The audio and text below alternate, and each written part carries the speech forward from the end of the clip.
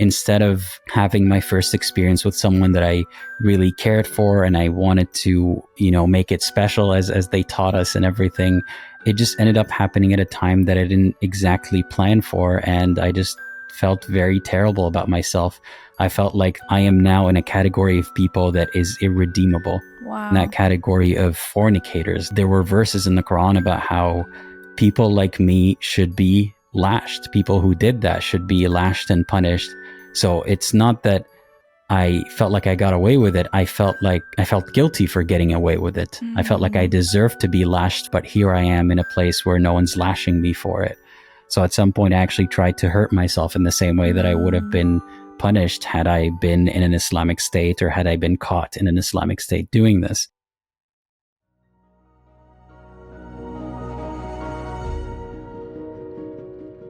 Hey, my name is Shelise and this is Cults to Consciousness, where we discuss leaving high-demand religions or organizations and finding healing and independence through awareness and true individual sovereignty. If you're only listening and you would like to see our faces, you can go to our YouTube channel at Cults to Consciousness. It would mean so much, guys, if you could subscribe. We're almost at that 200K mark, and it's so exciting. We're just thrilled that so many people want to come support, advocate for these people who are coming on and bravely sharing their stories with us so we can learn and become more aware of these groups. So today's guest, we were excited to connect with him. He has his own YouTube channel talking about Islam and how he's an ex-Muslim, talking about different things that he had to go through growing up, his own personal experiences. Today, we're going to be diving into purity culture, the things that he had to deal with growing up in Saudi Arabia and how it affected his life. So thank you so much for joining us, Apostate Aladdin. Of course. Thank you so much for having me, and thank you for the work that you do. I'm happy to be a part of it. Oh, thank you. Yes, we can recognize each other for the things that we're doing and putting out there for others to really find solace and find, I don't know, I guess it gives people permission to recognize that maybe they have past traumas or to recognize they're not alone. And so it's really important work. And for you specifically, it's a way bigger deal because you have your safety to consider. So could you talk about why you wear the mask and why you have a different name than your real name? Sure. That is one of the first questions that I often get under my videos, especially from someone who is not from the part of the world that I'm from. They're very confused to see me wearing a mask, and they think it has something to do with politics, perhaps, or the pandemic, but it doesn't. It's just to keep my anonymity and my safety. So as it stands right now, unfortunately, criticizing the religion is heavily frowned upon, and people get in a lot of trouble for doing that, starting from societal consequences, people ostracizing those critics or trying to harm them by posting their information online, and extending all the way to legal action if I happen to be in a country that would consider my actions to be detrimental to public safety or insulting to religions or to the sentiments of religious people. So just for my own safety and for the safety of my loved ones, I choose to keep my real identity and my online persona separate. And that enables me to do a lot of work without putting myself in harm's way. And also it gives people the chance to get to know me and get to hear me out before they label me as a hateful heretic or a hateful person. And I think it's helped me so far. And I expect to be wearing this mask for a long time to come, unless I have to take it off for some reason. It does pose a challenge sometimes to show my sincerity and my facial expressions, but I think that with enough work, with enough time, people can see through the mask anyway. Yeah. Yeah. And what you're doing is so important. And so I thank you for even putting yourself out on a limb the way that you are. I think it's really brave and it's necessary. And I'm still learning about Islam and all the different facets and the different variances of how people choose to practice it and their belief system. And so I may be asking a lot of questions around that, and the audience be patient with me because I am still learning. But when it comes to how you grew up, we're going to be focusing in on the purity culture side. I think it's really important to get a male's perspective on this. We've talked to a lot of different women, and we frequently talk about how women are blamed for a lot of things. But we sometimes bring it up, but I think it is really important to focus in on this topic with a man. And purity culture also harms the men. It's not just harming the women. So I appreciate you coming on and talking about such a vulnerable subject with me, because I know it can be kind of awkward sometimes, but it is really important to talk about. So thank you for being here. And I think we need to start with talking about how there are so many variances in beliefs and practices among the Islamic community. Sure. It is worth mentioning that what we talk about today is my experience and what I went through. And it's not an uncommon one, but it's by no means the one and only experience that every Muslim would have gone through, or every ex-Muslim would have gone through. So I hope that instead of using the negative aspects of my experience to demonize people in that part of the world, or people who practice that religion, that people use these experiences to develop empathy for someone who's going through what I went through. Because the point of my story today is not to tell you that people are terrible and that their beliefs turn them into bad people. I think that everyone I mentioned in my story was just as afflicted by the same belief system as I was. So I hope that people keep that in mind and realize that people practice and believe to varying extents and in many different ways. And I don't know where I was going with that. No, I think that was beautifully said, because I know, at least in our comments, when we talk about Christianity, for example, or talk about Mormonism, people will say, well, you're talking about the fundamentalist group that has nothing to do with Mormonism. And I'd say, well, they are the fundamentalist version of Mormons. The mainstream Mormons don't own Mormonism, right? Like, there's always going to be varying degrees of how people practice and what they follow. And so I think something similar may apply to this, and correct me if I'm wrong, but there are some people who follow it fundamentally and others who are maybe just culturally Muslim. And so there's not all things are going to apply to every single person who believes in Islam. Is that right? That is correct. And I know that especially in the English-speaking world right now, Islam is viewed very differently than it is in the Middle East, where I come from. So I know that a lot of people might refrain from criticizing the religion, or even acknowledge any criticism of the religion or its adherents, in fear of it being viewed as racist or xenophobic. But I can assure you that anything that I say today is not stemming from a place of hate, but it's just acknowledging some of the reality that we had to go through. And it's often the case that any criticism of Islam is viewed as hateful and is labeled Islamophobia. And I wonder if you get similar accusations when you criticize Mormonism. Is there a term for that? Is there a term? I mean, apostate is fun. It's funny. It's kind of across the board. A lot of people we talk to from multiple different groups are labeled apostates. Usually it's just like apostate propaganda or something like that. Right, I see. Yeah, in Arabic, the word for apostate is murtad, and it's used in a derogatory way. So they don't even need to call you names. They just call you an apostate, and it's implied that it is a derogatory term. But now it feels like it's difficult for us to talk about these issues publicly, especially in the English-speaking world, because we're labeled as hateful or as Islamophobic. And I can sense that you're not the kind of person who brings people on to be hateful or to talk about hateful topics. So I hope that your audience is receptive to what I'm going to say today. Yeah. And I think they will be. I think the right people will find it. We'll say that.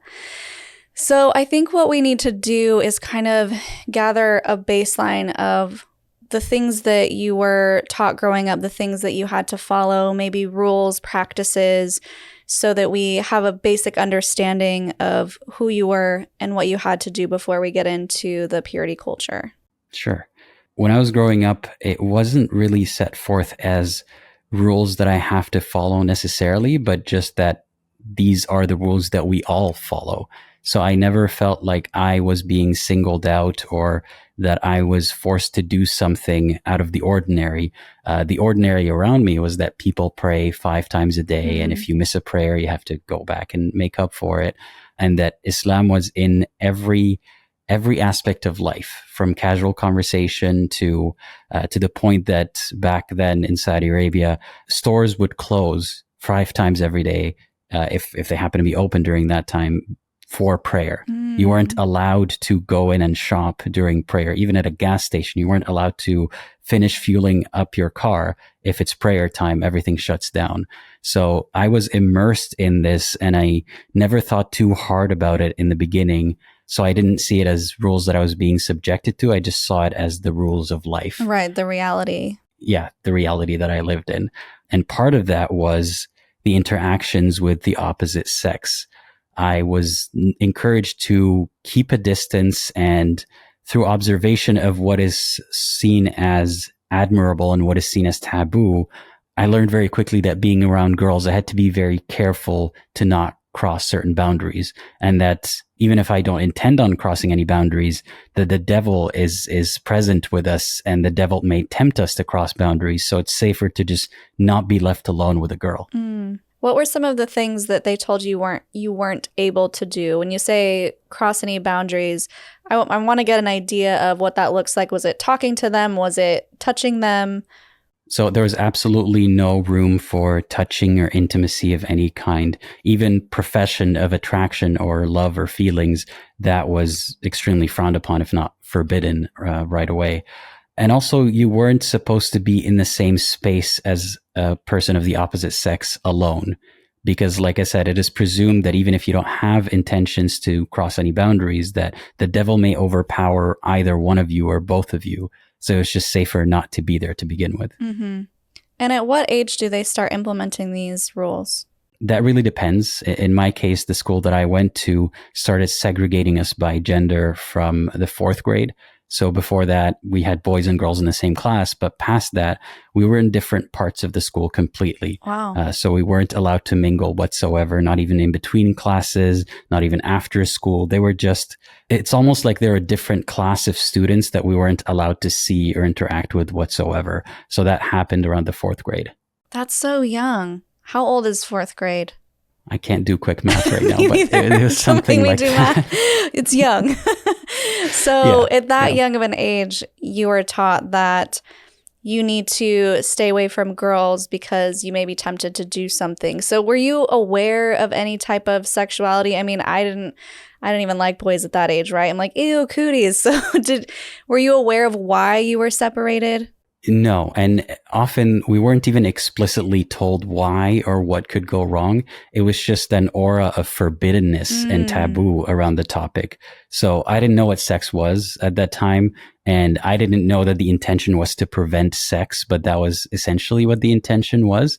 Even though they hadn't taught us what sex was, they had a feeling, I'm assuming that they had a feeling that we were going to figure it out and do something before we knew that it was wrong to do that thing. Sure. So out of just fear of anything happening whatsoever, they wanted us separated. Okay.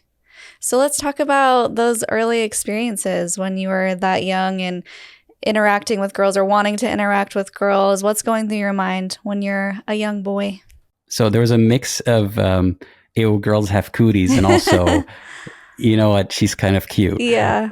And it was confusing because even before we were segregated, it was difficult to navigate these topics because it's not like I could just go to my parents and talk to them about it. It was not only embarrassing, as it is for a lot of kids all around the world, but there was also an element of danger or forbiddenness to it. So I didn't know if I was allowed to talk to a girl or not, and I didn't want to find out and ruin my chances of talking to the girl.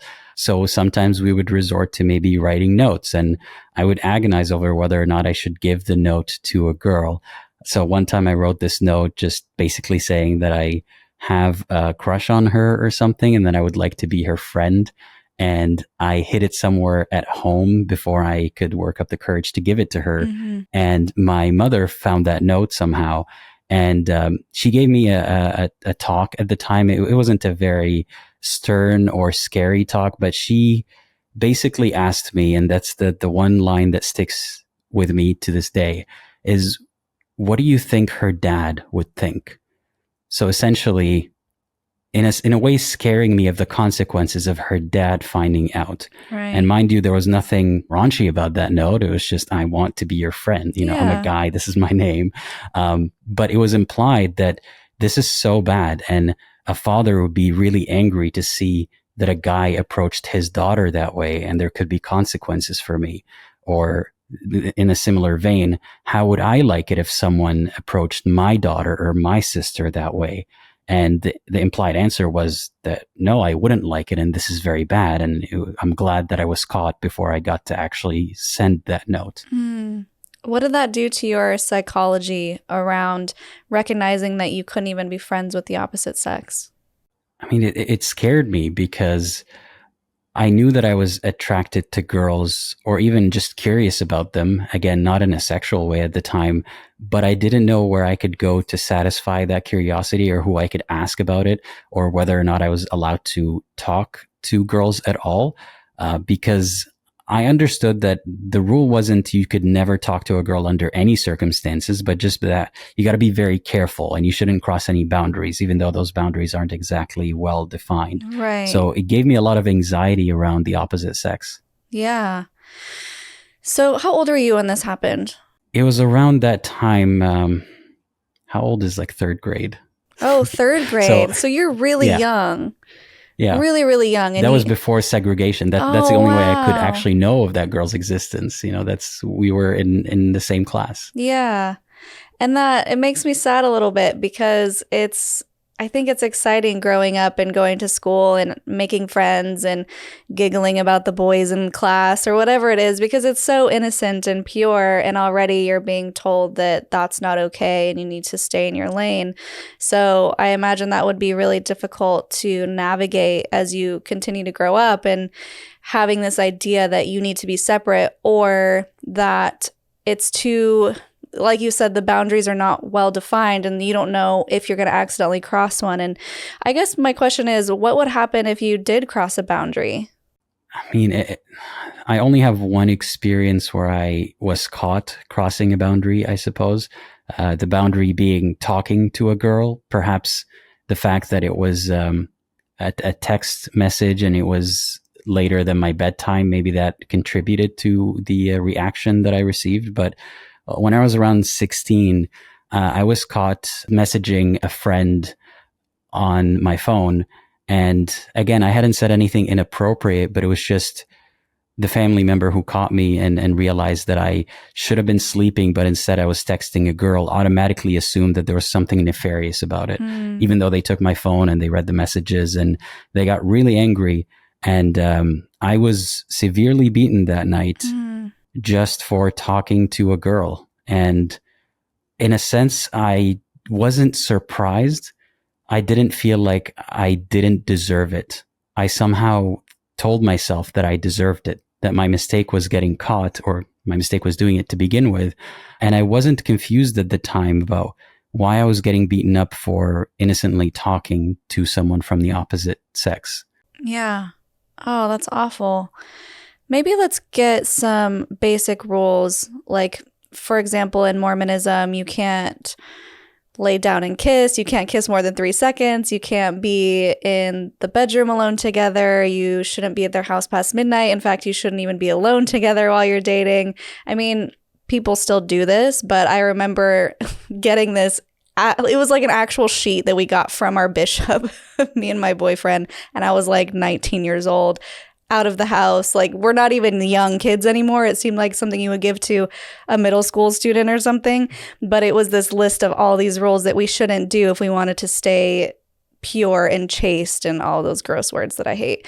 So I'm wondering if you could give us some more definite rules of things that you had to do to stay away or to be pure and chaste in your purity culture. I wish I could make a clear and well-defined list, but it was never given to me.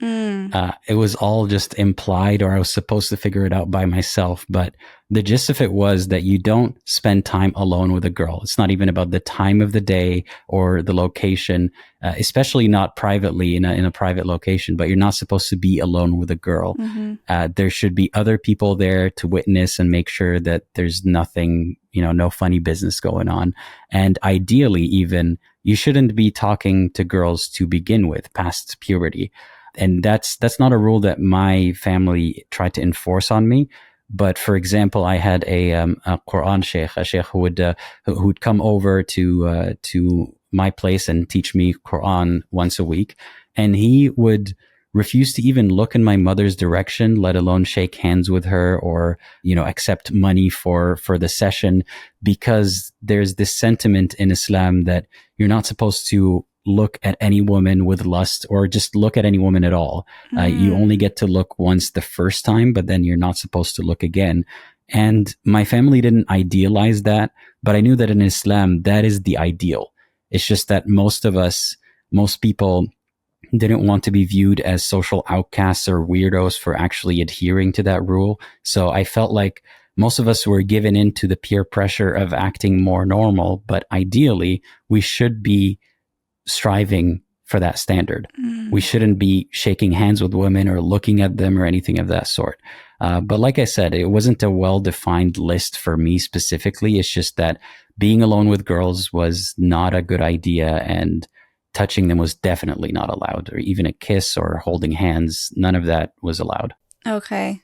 You mentioned something in one of your videos about going to the mall with your brother, and even that was considered not okay, or it was looked down upon. Can you talk about that? Yeah, I mean, that happened even, I think, before I hit puberty or around the time I was hitting puberty. So I was pretty young. And I was taking my younger brother to the mall so that we can buy my mom a Mother's Day gift. And the security guard wouldn't let us in the mall because we didn't have a woman with us.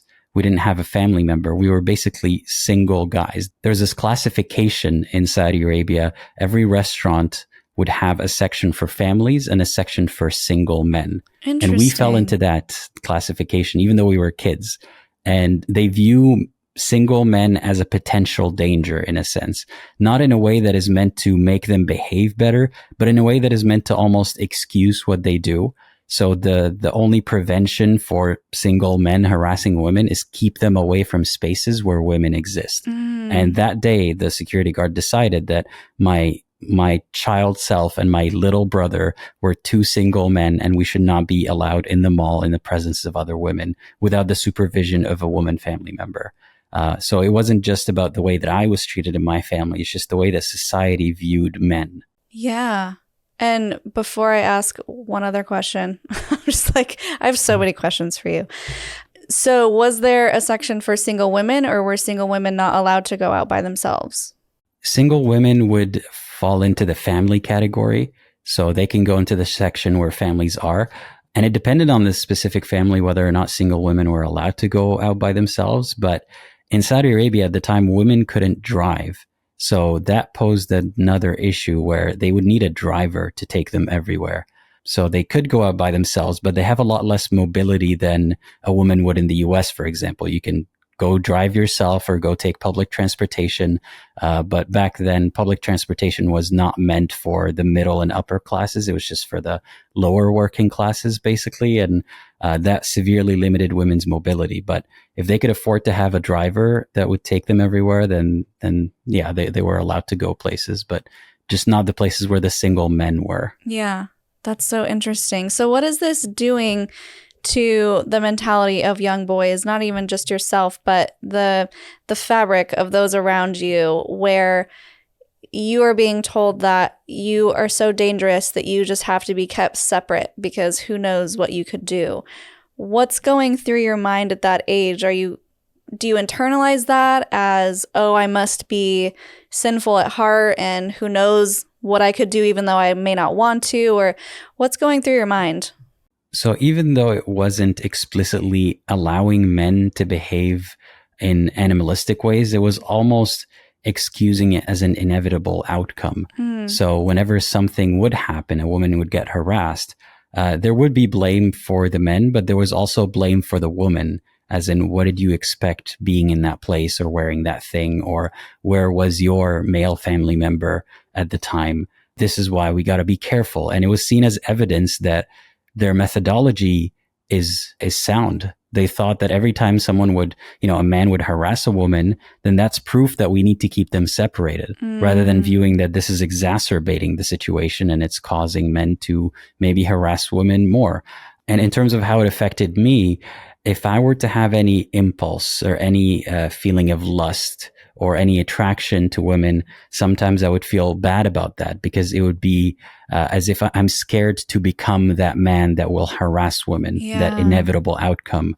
Or it would be a sin all on its own, even if I don't escalate it. It's just a sin to have a thought about a woman or to have any lustful thought. And I would internally punish myself for having that thought. Oh, wow.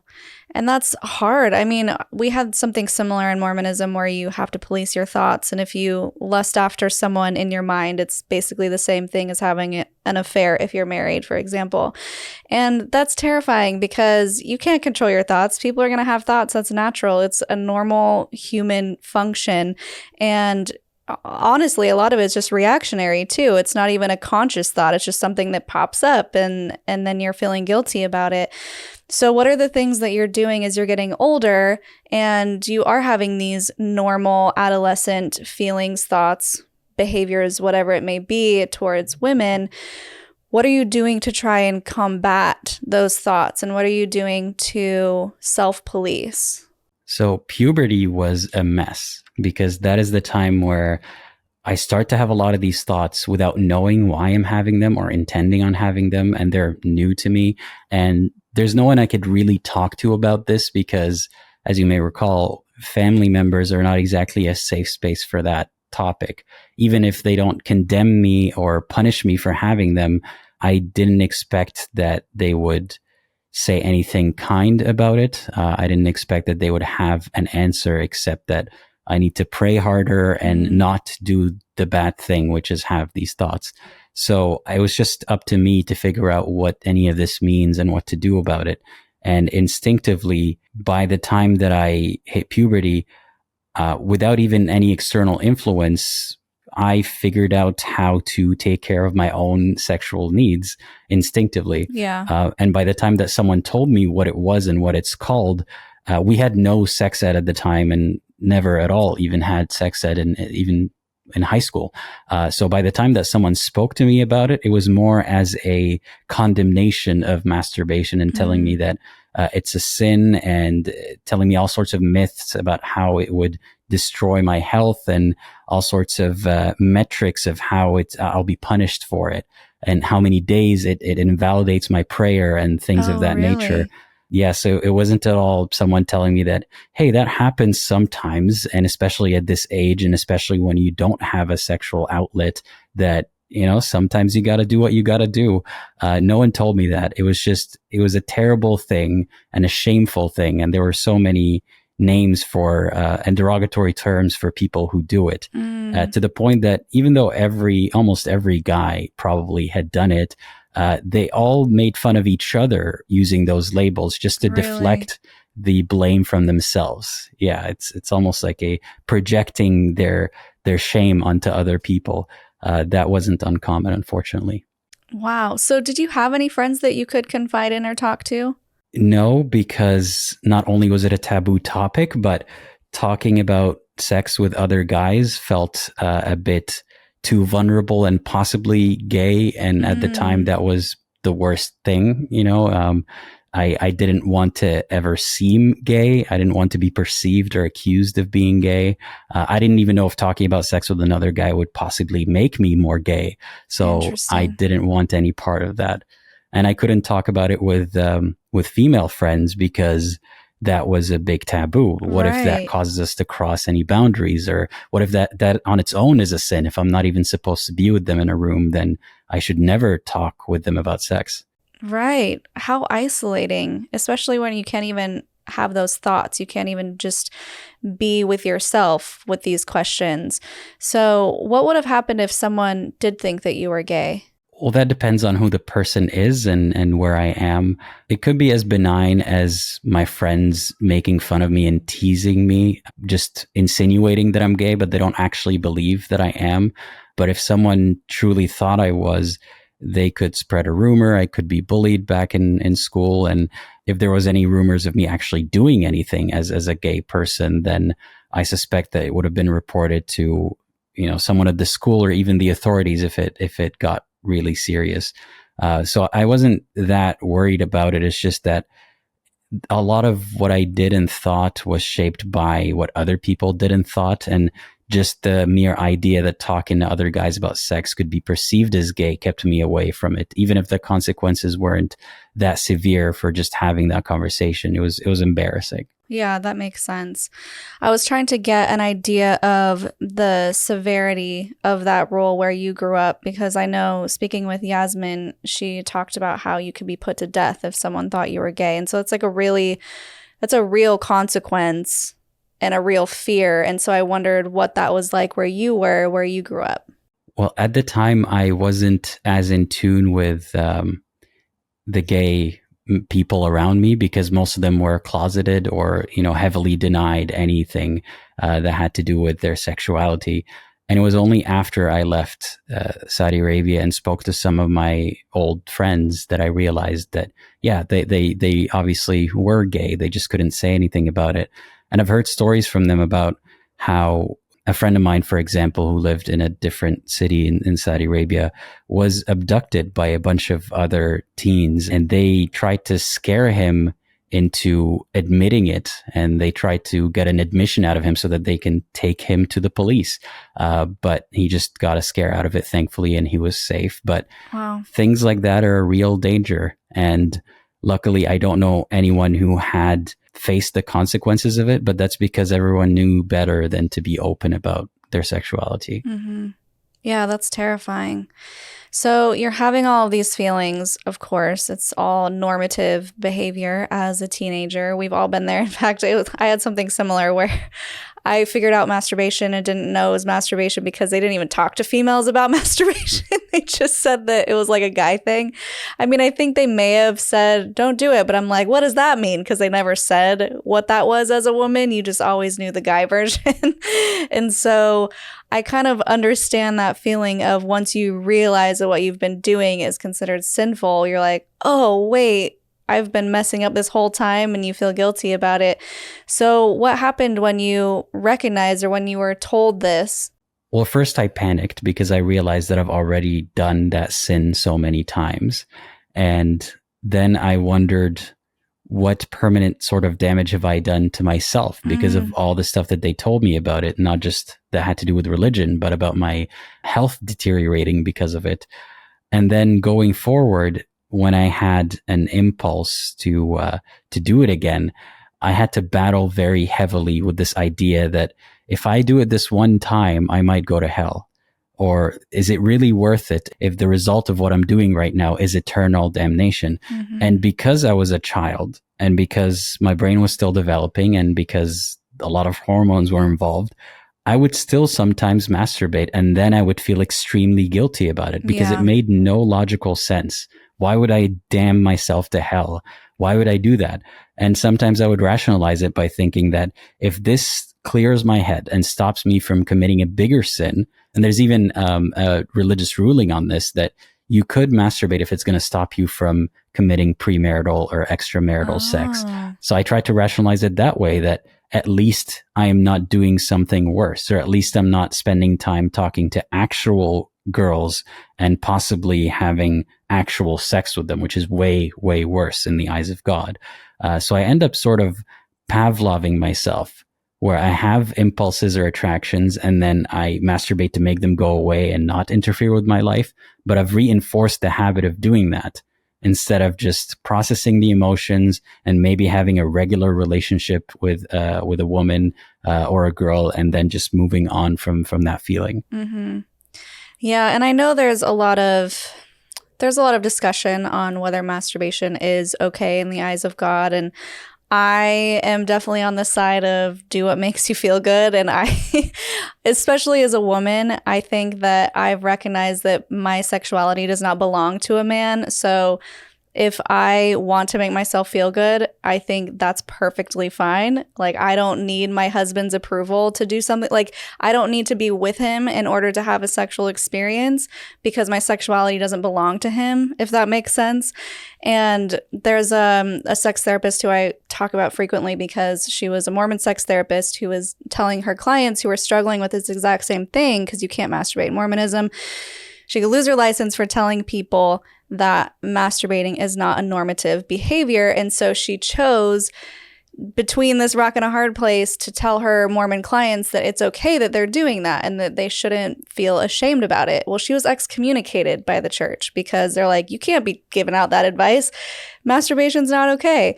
And so when we talk about it, it's important that people understand that from a biological standpoint, it is a normative behavior, and that you really shouldn't feel guilty about it. It's self-exploration. And even in Mormonism, they call it self-abuse, which is so heartbreaking to me because it's just about exploring your body, especially at a young age, and trying to figure out what you like. Because how are you supposed to tell someone else what you like if you don't even know yourself? You know what I mean? Mm-hmm. Yeah, I thought of it as a self-hatred as well, even though it wasn't explicitly put that way, because it made me hate myself after I did it, not because it made me feel bad, but because of what I was taught about what this means in the metaphysical realm and in the afterlife.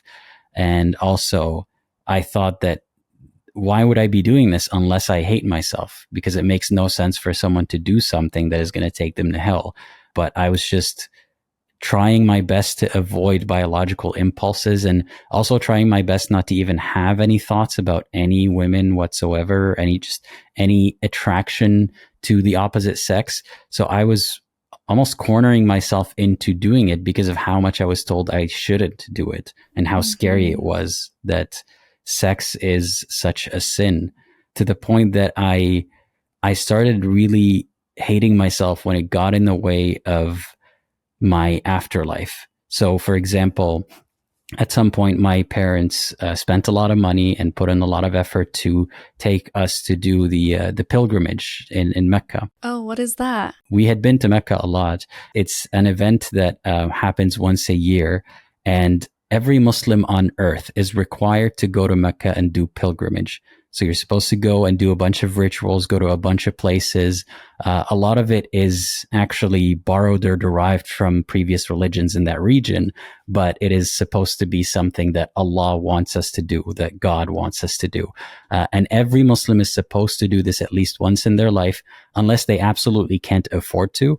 But unfortunately, a lot of people, they stretch themselves thin and they save up and they put in a lot of effort to make sure that they go on that trip. And my parents took us on that trip. And when I was there, I remember crying and asking God if my prayer and if this entire pilgrimage will be accepted, because I am not sure. I might have masturbated a couple of weeks ago, and I had heard that your prayer is not accepted for a set amount of days after you masturbate. So I was scared that I not only am racking up sins, but I wasted my one chance at this pilgrimage. And if I were to have to do it again, I would have to spend a lot of money. I would have to go alone without my family. And I wouldn't know how to explain to my family that my first time possibly didn't count because I am a guilty, filthy masturbator. Wow. That's so much pressure to put on a young kid. And I'm sorry that you had to go through that. I want to talk a little bit about when you did start giving in a bit to, I guess, what you could call a normal dating situation. Because actually, let's talk about what the dating situation is like. Were you allowed to date back then, or was it a courtship process, or how did that work for you? No, you were not supposed to date. How it worked was that I ended up knowing of the girls on the other side of the school, because sometimes we would see them outside of school after school was over, but we were quickly shooed away and we were not supposed to mingle outside. So most of our interactions were over, was it MSN or WhatsApp MSN or BlackBerry Messenger. Yeah, it was that stuff. So we've developed like entire friendships and crushes and everything just virtually over these apps. And eventually I managed to get a girlfriend, but that looks very different to what you would think of as a girlfriend, because we'd only actually spent time in person, a handful of times over the couple of years that we were together. So most of it was done that way. And even that was frowned upon. I mean, my intention at the time was that going forward, I'll go to university and then we can be together. Like I could propose to her and only then can we maybe hold hands or kiss or, do more than that.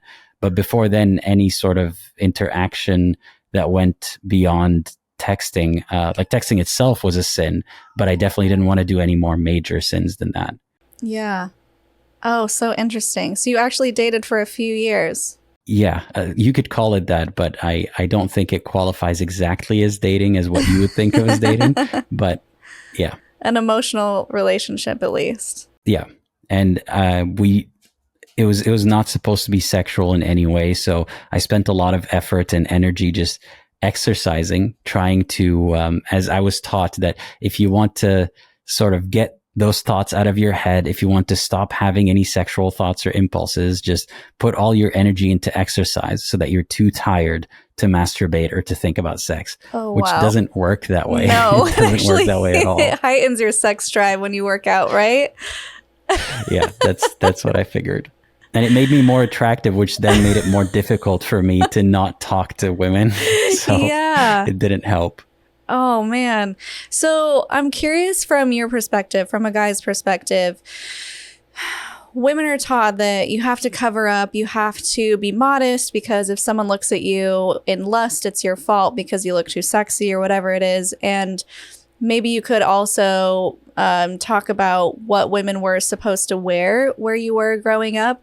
But I'm wondering, this hypersexualization, did it actually do anything to you as a man? Like when a woman's completely covered up and maybe you see her shoulders or her ankles or something that you're not supposed to see, was it a turn on? Was it something that you were kind of groomed into finding attractive because it was so taboo? Yes, absolutely. Women at the time were supposed to not be seen outside without wearing a black, they called it a abaya. It's like a cloak basically that you put on top of whatever you're wearing. And it's kind of baggy. So the shape of your body is not supposed to show. You just kind of look like a tent almost. And even women who don't wear the veil, the hijab on their head, they're supposed to at least loosely cover their hair with a black scarf or something. So in public, most of the time, women were just black figures walking in front of you, and you couldn't even see much of their skin. And some of them would go as far as to wear gloves to make sure that even their hands are not visible, because you don't want to entice a man that way. And the effect it had was that just the sight of skin or a body part whatsoever was intriguing, if not arousing. So it was not uncommon that because women didn't take public transportation or walk down the street, sometimes they'd have to wait outside for a cab or for a driver, and the traffic would halt sometimes because there will be guys who keep whistling at them or stop and try to talk to them just because they saw a woman's like leg or foot, like she's wearing heels, for example, and that was very arousing to them. It sort of shifted the bar for what is arousing and what is sexy and what is showing off a woman's beauty, to the point that, arms became sexy, legs became sexy, everything about a woman's existence, just the reminder that this is a woman, just seeing her hair, that was arousing enough. And people didn't realize at the time, and I think they don't realize, that this causes more men to be aroused around women in a non-sexual context. Mm-hmm. That sounds really dangerous. I would feel afraid. You just said just the existence of a woman was arousing and sexy. If you can't even walk around with someone having those feelings and maybe even trying to do something to you, I feel like that would be really terrifying as a woman to exist in that type of world. Mm-hmm. And there was no such importance of modesty, as they call it, ever put on the men. Even to give an example, when men do that pilgrimage of Hajj, they wear like a white piece of cloth around their legs and one around their shoulders.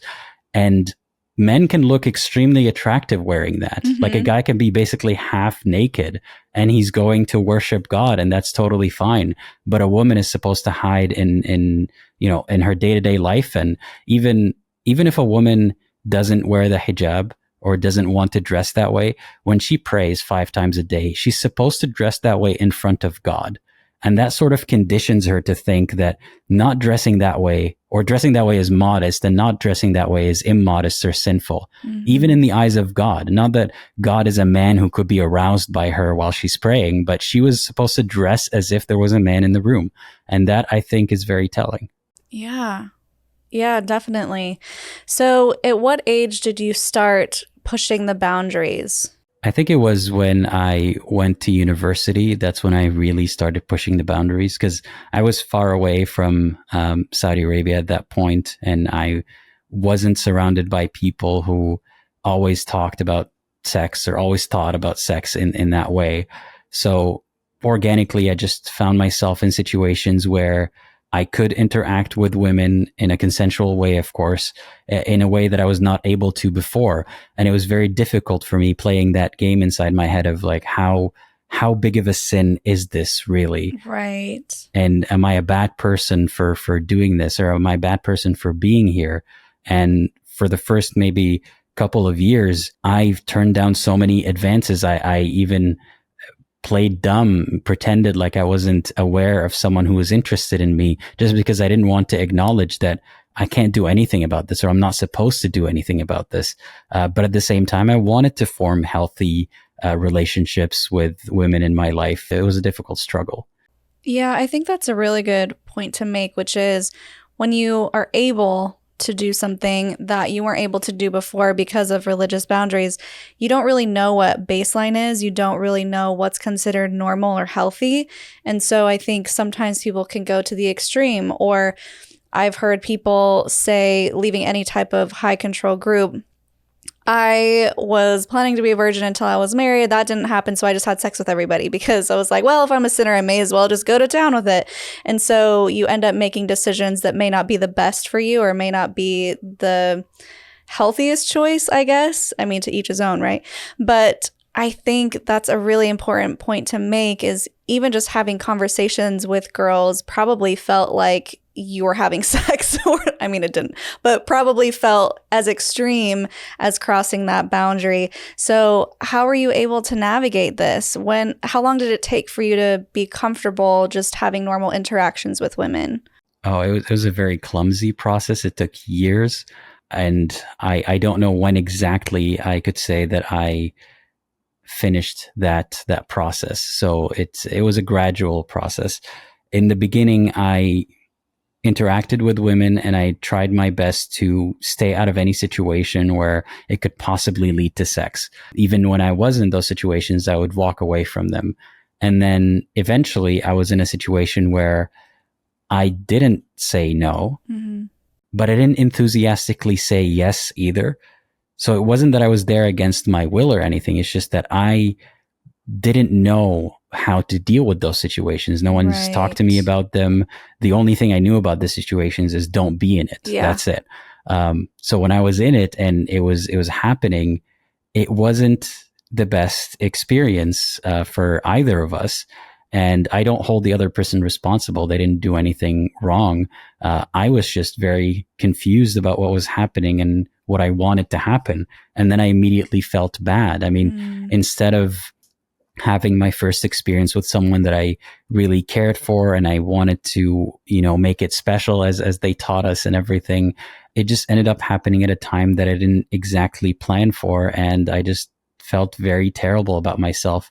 I felt like this was a seal that was broken, and I am now in a category of people that is irredeemable, because there's nothing you can do to go back from that. I mean, God can forgive you, you can repent and everything, but you belong in that category of fornicators now. Wow. And there were verses in the Quran about how people like me should be lashed. People who did that should be lashed and punished. So it's not that I felt like I got away with it. I felt guilty for getting away with it. I felt like I deserved to be lashed for it, but here I am in a place where no one's lashing me for it. And there was another verse about how I only deserve to be, or a fornicator only deserves to be with another fornicator. So that planted the seed in my mind that going forward, no matter how much I repent, I can't undo this. So I'm destined to be with someone who has also had premarital sex and is also as broken as I am. And that's how I viewed it at the time. Yeah. Oh, that's such a bummer, because now you're also putting unnecessary labels on a future partner, seeing them as less than because you feel that way about yourself and you feel like that's all that you deserve. When people who have premarital sex are not broken, they're just human beings, right? And so how were you able to deal with that? Did you feel like you needed to punish yourself? Did you feel like you could just repent and move on? What's going through your mind at this point?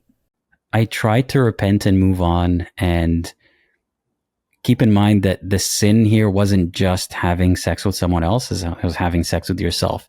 So even after I would repent and move on, I still would occasionally masturbate, and that felt to me as bad as fornicating. Wow. So it felt like I didn't properly repent, because here I am sinning again. So I felt like maybe what was missing was the punishment component, because I evaded that punishment. So I was just internally punishing myself and just talking to myself, but I didn't actually see the consequences of my actions. So at some point I actually tried to hurt myself in the same way that I would have been punished had I been in an Islamic state, or had I been caught in an Islamic state doing this. And obviously that did not make me feel any better. Maybe at the time I felt like I got what was coming to me, and maybe now I can properly be a good Muslim, and now I can stop thinking about this topic, but it didn't work that way, of course. Yeah. When were you able to actually start deconstructing this belief system? Because I imagine there had to have been something that happened, whether it was gradual or just one day you're like, I don't want to do this anymore. I don't want to feel this way anymore. When did you start to deconstruct Islam? So a lot of these issues, I didn't deconstruct till way after I left Islam. Okay. It didn't really play any part in my deconstruction of the religion, because I felt like I wasn't qualified to criticize or deconstruct or leave the religion, because I felt guilty. Because of course that's what a sinner would want, that's the narrative that we hear, that people leave religion because they want to sin more freely. Yeah. So that kept me in the religion, that every time I had a critical thought, aside from all the other things that kept me in the religion, one barrier was, of course you'd think that. That's because you're a sinner and you just want someone to forgive you. And if you give up the religion, then you're kind of just forgiving yourself without having to deal with your sins. So I didn't start deconstructing all this stuff about sex and purity and relationships till after I left the religion.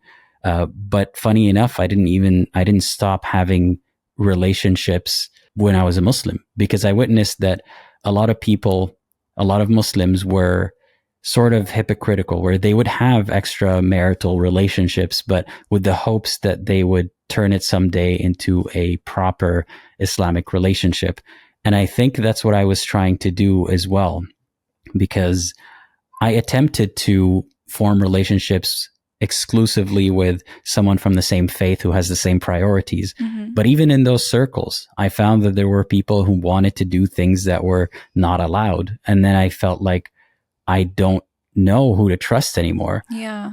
And I couldn't be with a, pure Muslim woman, if you want to think of it that way, because I don't deserve a pure Muslim woman. I am a sinner and a fornicator, so I only deserve someone who's like me. So eventually I ended up being in several relationships with people who were not Muslim. And in one of them, I realized that I want to make this work long term. And I have to figure out what to do about how to turn this into a religiously sanctioned relationship.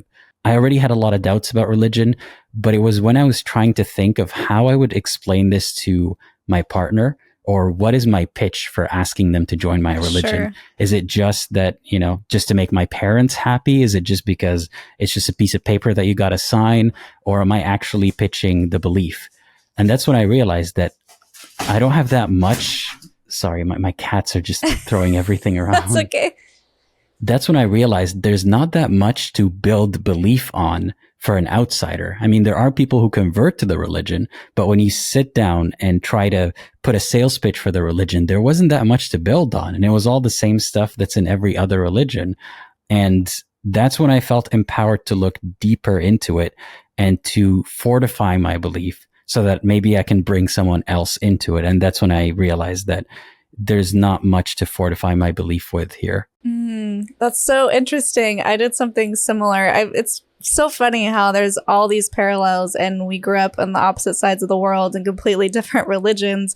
But that was the first time my shelf cracked too, because someone was questioning me about the religion and I was like, oh, I'm just going to show him all the good things. I'm going to prove him wrong. I'm going to do all the research and double down. And that's when you really start to take inventory of what you believe and look inward and start to question it from just an innocent perspective. Because usually when someone's criticizing your religion, it's easy to be defensive, right? And say, oh, no, you're wrong and I'm right. But when it's yourself asking the questions, you really look at it from a different perspective. It's a little bit more objective. So what are some of the things that you recognized about the religion that you realized you didn't want to be a part of it anymore? I think mostly for me, aside from all the things that I thought were morally questionable or surprising or gut-wrenching, it was just the realization that at the center of all this, there's no self-evident truth. There's no miracle or evidence or proof or anything that points to this one particular religion actually being true. There's the same assertion that we hear from every religion and the same talking points about arguments about God versus atheism and how could all this be here without God. But none of that really spoke to me about specifically Islam. I mean, I don't really have a strong position on the existence of God. I just think that God is a man-made concept. Whether or not there's something that's beyond our understanding, I'm agnostic about. But I would assume that, say there's a God. Now, where do we go from there to this one religion being true? And I found that there was nothing that actually proves Islam being true. And in the process of searching for all that, I found so many fallacious arguments and so many laughably bizarre lines of thought that I realized, had this been about any other religion, I wouldn't even be continuing this search. I'd dismiss it and move on. So how does it make sense that God would expect an outsider to go through this search that I'm going through right now and be convinced when the only thing holding me tied to this religion is my being born into it? But other than that, there's nothing that independently proves the religion or makes it seem more truthful to me. Yeah, that's such a good point. I think all of us who've deconstructed our religions or high control groups have felt the same way, where we're like, wait a second, because that's how it's interesting. That's how professional deprogrammers get people out of cults, is they show them other cults and they get them to say, yeah, that's definitely a cult, that's a cult, and this is why. And then they go, interesting, your group kind of does the same thing.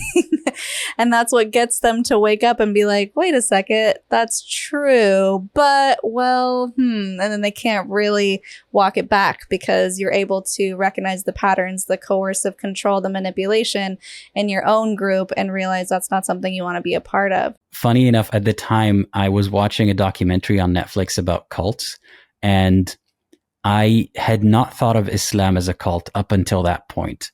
Because to me, cult was a derogatory term, and I just thought of it as, and excuse my language here, I don't mean to be derogatory, but I thought of it as, it's just a bunch of hippies living in a commune. That's Sure. The only definition of a cult. That's what I thought.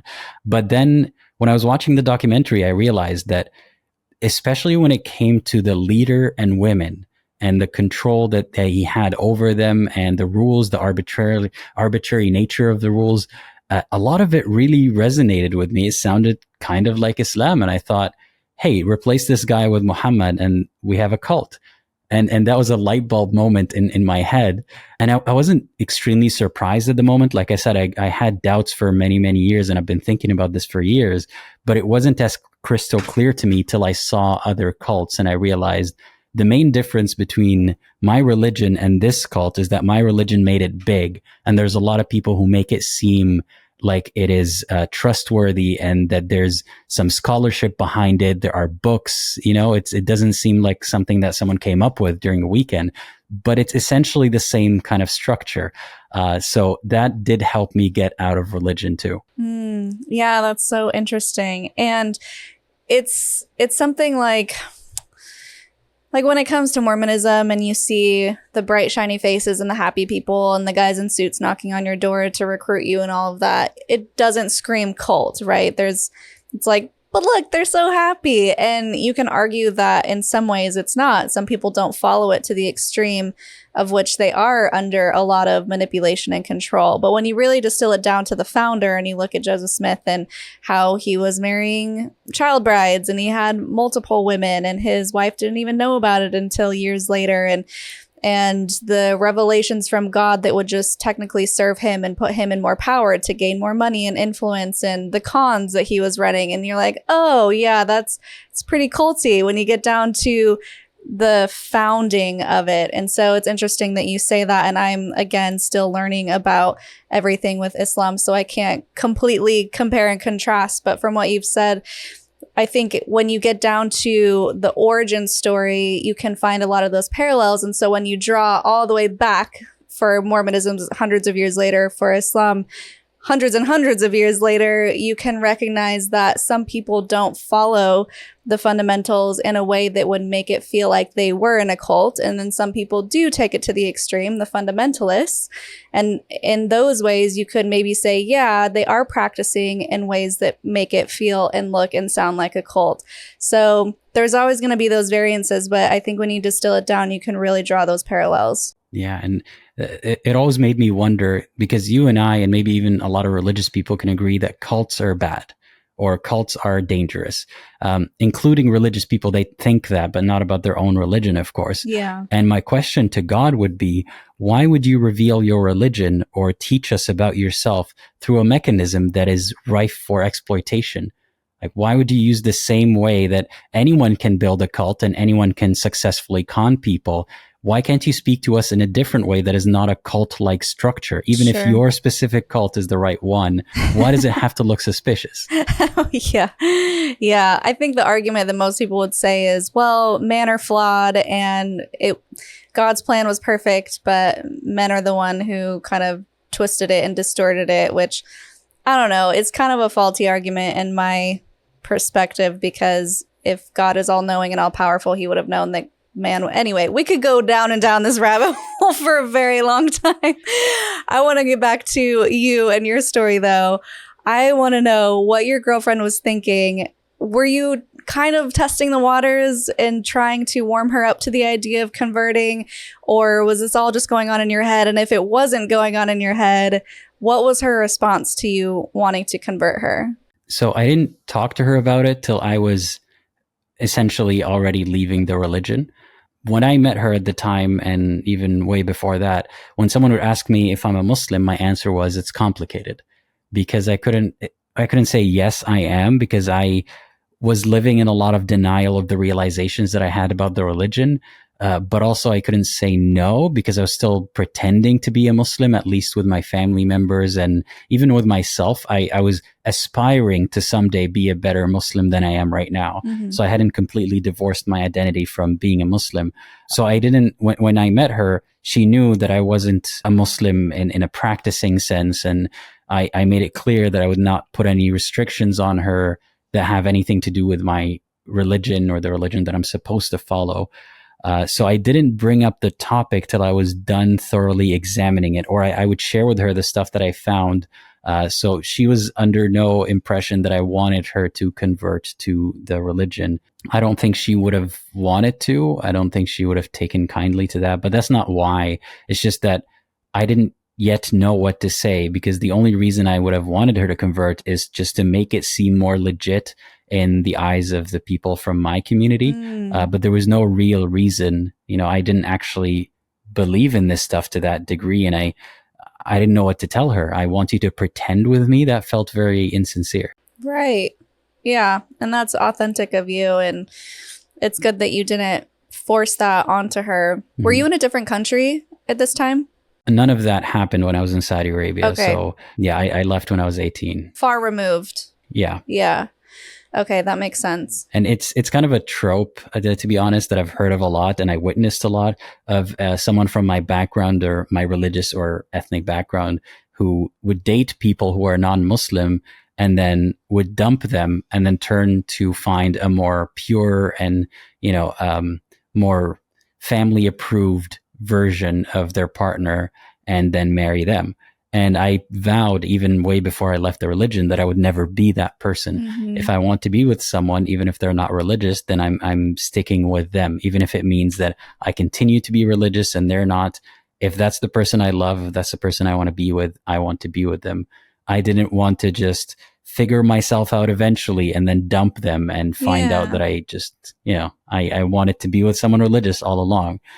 So I wasn't worried about that outcome happening, but I was worried that I would be inviting her to the religion without actually having a good reason to. Yeah, that's very admirable that you didn't push that on her and that you had those thoughts going in that if you love somebody, you're just going to love them. And I think that's very beautiful. So what did happen with that? Were you able to maintain that, or did you realize wasn't the right relationship for you, or what happened there? Yeah, that relationship did not work for unrelated reasons, but she was supportive of me and my search for the truth, I suppose. And I can't say that she did anything but help me through my journey. Oh, that's great. And so I guess we just need to know what happened after that. Like, how are you doing now, and where did you land? Well, it's still a process, and it always will be. I have realizations about myself and my beliefs every day, basically. And I recognize that it's not just about religion, and it's not just about culture and just about upbringing. It all ties together in ways that I may not completely be aware of, including stuff that I do with my beliefs that people don't know about. So I want to make it clear that this isn't a demonization of how society molded me into a very hurt person. Sometimes it can happen internally. Like, a lot of the harm that was caused to me was just because of knowing of the verses and because of internalizing them. So it's just merely the belief itself that was harmful, not the people in my life necessarily, though that was a factor sometimes. So yeah, it's a process, and I learn more about myself every day, and my life continues to improve, thankfully, and my understanding of myself continues to improve. And I'm glad that I acknowledge that it's not a point of healing that I reach and then I could say that I'm completely healed and I am done. Yeah. I don't know what else is there for me to explore, to find out about myself, but I am not worried about it. And I no longer have to adhere to a specific conclusion. That's the difficult part that I was struggling with before. It was being unable to force myself into a conclusion. And now I don't. I just have to find the right conclusion. And that's great. That's a great place to be. Just constantly learning and growing, expanding, doing what feels right, and pushing aside what doesn't resonate. And I think that's a beautiful, peaceful place to live. So how long ago was this that you started deconstructing? I'd say about 5 years ago or so. Okay. It started way before that. It's been a process of basically my entire life. But that hard search, that time that I decided that I got to get to the bottom of this, that was 5 years ago. But it took a long time to get to that point. So I tell people that everyone has their own timeline and everyone has their own journey. Yeah. But ever since then, I realized that even though I'm a work in progress, I can help people with some shortcuts, with some realizations about myself that maybe they can apply to their situations as well. And I recognize that there were some resources online for people who were in my situation, but they weren't always easy to find, and there weren't that many of them. So if I could help other people by just relaying my story and by echoing their stories, then that's what I need to do. And I think ever since then, only a few years after I deconstructed, I started doing this where I, put on the mask and created this online persona. And it's helped me a lot learn about myself and about other people. And hopefully it's been helping a lot of people in the meantime. And that's one more reason why I love this mask is I get to talk about a topic this taboo and then just go about my day. And most people who meet me don't know that I was talking about this earlier. They don't know who this person is. I get to share as much as I want about myself and be vulnerable without necessarily having to deal with as much shame and pushback and coercion into not talking about these topics. So yeah, I feel lucky. Yeah. And I know you talk a lot about the different resources and ways that you can help other people on your channel. But off the top of your head, do you have anything that you could share? Anyone who's listening right now who may want similar resources for research?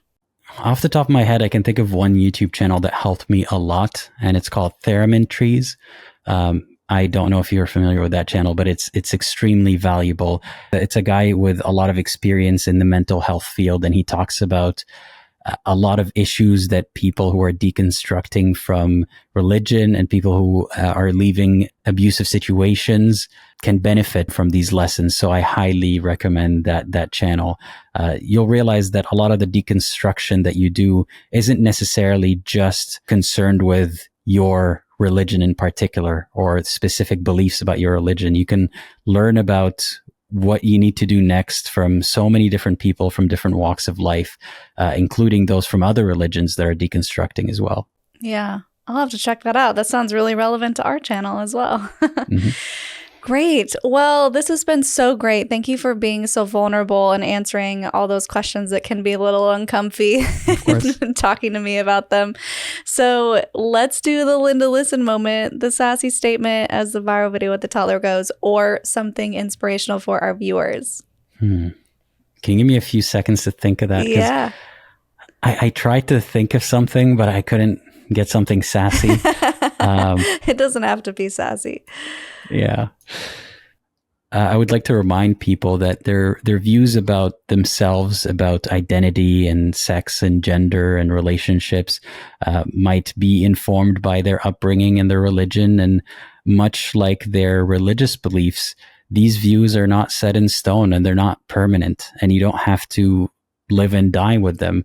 So have hope that through introspection, through learning, through listening, through talking, that there is hope for you to be able to change your views and to find the most productive and healthy way to live. So don't lose hope if you feel conflicted about any of these topics. It can change and it will change. Just give it time and love yourself. And that's about it. I agree. Absolutely. I think to yes and that, as the improv rules go, be open to change. I think that's the biggest thing, because sometimes we are so programmed with our beliefs as we grew up in childhood, or people drill them into us, and we think things are a certain way and that is the way reality is, and that's just end of story. But recognizing that it's always through the lens of your own perspective, and you can change that opinion, and it's okay for it to change. And I think that's another thing I was always taught: be steadfast in your ways as a Mormon. But it's okay to change your mind. It's okay to accept new information and change your opinion. So I love that. So great. Do you have any other final thoughts before we go? I guess I got to remind people again that nothing is permanent. Just like your beliefs are not permanent, your fear of change is not permanent. So give it time and have a positive attitude about it. And trust me, it does get better. Yes. Beautiful. Well, everyone, go check out Apostate Aladdin on his YouTube channel. It's at Apostate Aladdin. Same thing on Instagram at Apostate Aladdin. He's going to give us his link tree, so we're going to put all of those in the description. Thanks so much for being here. This was awesome. Of course. Thank you again for having me. I am so glad I'm able to reach to, I guess, our brothers in faith, the Mormons, because we get compared to Mormons a lot, and ex-Mormons and ex-Muslims. That's funny. Yeah, we have a lot in common, I think. Starting with our head, the cult leader, I think has a lot of similarities as well. So yeah, it's nice to finally speak with you. And again, I appreciate everything that you're doing on your channel. This is the sort of thing that I hope to see on our side of the pond as well. Yeah, it's been so great. I feel like I talked way more than I expected to or wanted to when I was like, wait, me too. There's so many similarities. So thanks for being patient with me. No, it was so great. And hopefully we can do it again sometime. And Guys, if you are listening, thank you so much for making it to the end. Leave those comments down below, those words of encouragement, the support. Remember, this is a big deal for him to come on and share so openly and honestly, and it means a lot. So leaving those comments, we just love to read them. And if you want to support even further, you can become a patron at patreon.com/cults to consciousness. You can check out our merch. We actually, hey, this t-shirt would be beneficial for you too, Apostate Aladdin. It says Apostates Unite. Okay. There's so many of I'm us. ordering one right now. Yeah, we have some. Yes, we have a bunch of different options over there. Or I'm sorry for what I said when I was in a cult. That's our bestseller for sure. And if you want to come to Costa Rica with us, I think there's 2 spots pending. So I think we only have 1 spot left. If anyone wants to snag it up, that's going to be at the end of August. We're so excited to meet you guys and hang out with you and horseback ride to waterfalls and all that fun stuff. And if you like this video, I'll link 2 more down here below. And until next time, follow your highest excitement, be conscious and be well.